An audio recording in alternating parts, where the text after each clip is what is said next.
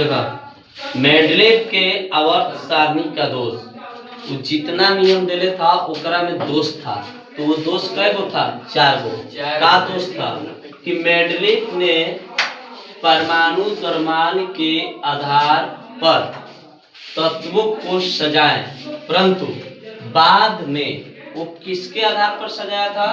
परमाणु द्रव्यमान के आधार पर उसने सजाया था।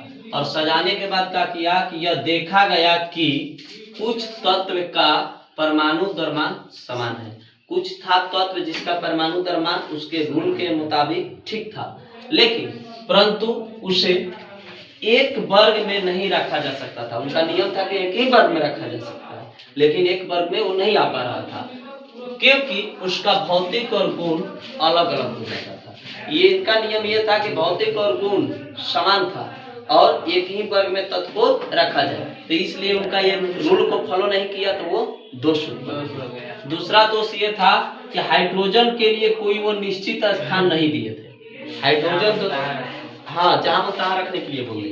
और क्या किए कि भविष्य में खोजे गए तत्वों के लिए उनके आवर्त सारणी में कोई जगह नहीं, यानी जो और भविष्य में तत्व खोला जाएगा तो खाली स्थान नहीं छोड़े थे कि उस तत्व को कहाँ कहाँ रखा जाएगा। उसके बाद में अक्रिय गैस का कोई स्थान उनके आवर्त सारणी में नहीं था। अक्रिय गैस जो था उसका भी कोई स्थान उन्होंने नहीं दिया। उसके बाद में क्या हुआ कि आधुनिक आवर्त सारणी है, इसको हम लोग कहते हैं, इसका जो एम यानी मॉडर्न प्रायोगिक टेबल, ठीक है, इसका खोज किए थे मोस्ले। किसने किया था? मोस्ले।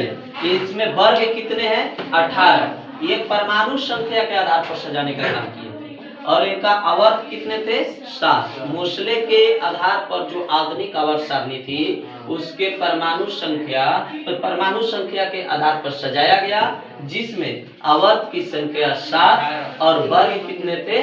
18। वर्ग कितने थे बेटा? 18।